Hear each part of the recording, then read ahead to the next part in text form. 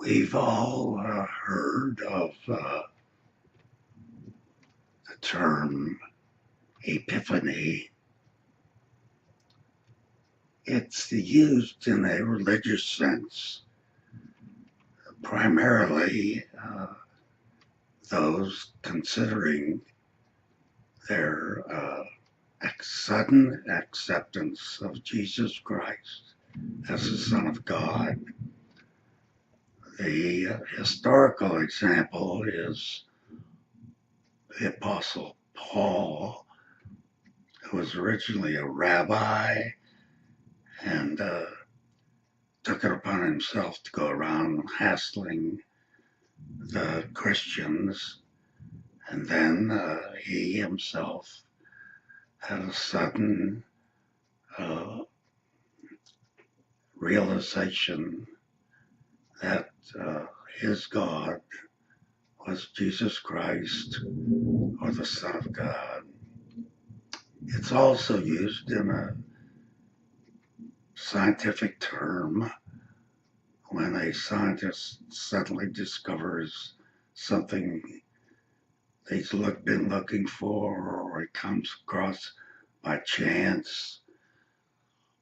But the epiphany I want to talk about is one that Yvette had. When she was 16 years old, Papa gave her a red enamel cigarette case. He said, "I know you've been smoking, and I don't want you to go around holding it as a secret and something you keep from the family. So here, use this, but take good care of yourself." She, of course, continued smoking. She was never a heavy smoker, was more likely to have a cigarette while she was having a drink or after a meal. When we met, she was, I think, 26 years old. She was smoking, but at a very low level. When the boys came along and grew up, they heard by radio and television what tobacco could do to the lungs, particularly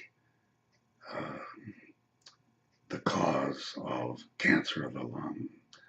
So they began to talk to her, keep after her, even hassling her, saying, "Mom, you have to quit smoking. It's bad for you." I remember Robbie saying, "It'll kill the hairs in your lung," by which he meant it was bad for the lungs and could cause cancer. I don't think she ever seriously, until that time, thought that it was bad for her, and so she never considered doing anything. It was during our first trip to Europe. We spent a week in Paris, and then we went to London. One evening we went to the theater and saw the stage musical Oliver. It was delightful. Sometime, I think during the second act, she began to cough, and she couldn't suppress it, and she couldn't stop. So we got up and went to the lobby. She continued coughing for a few minutes and then stopped.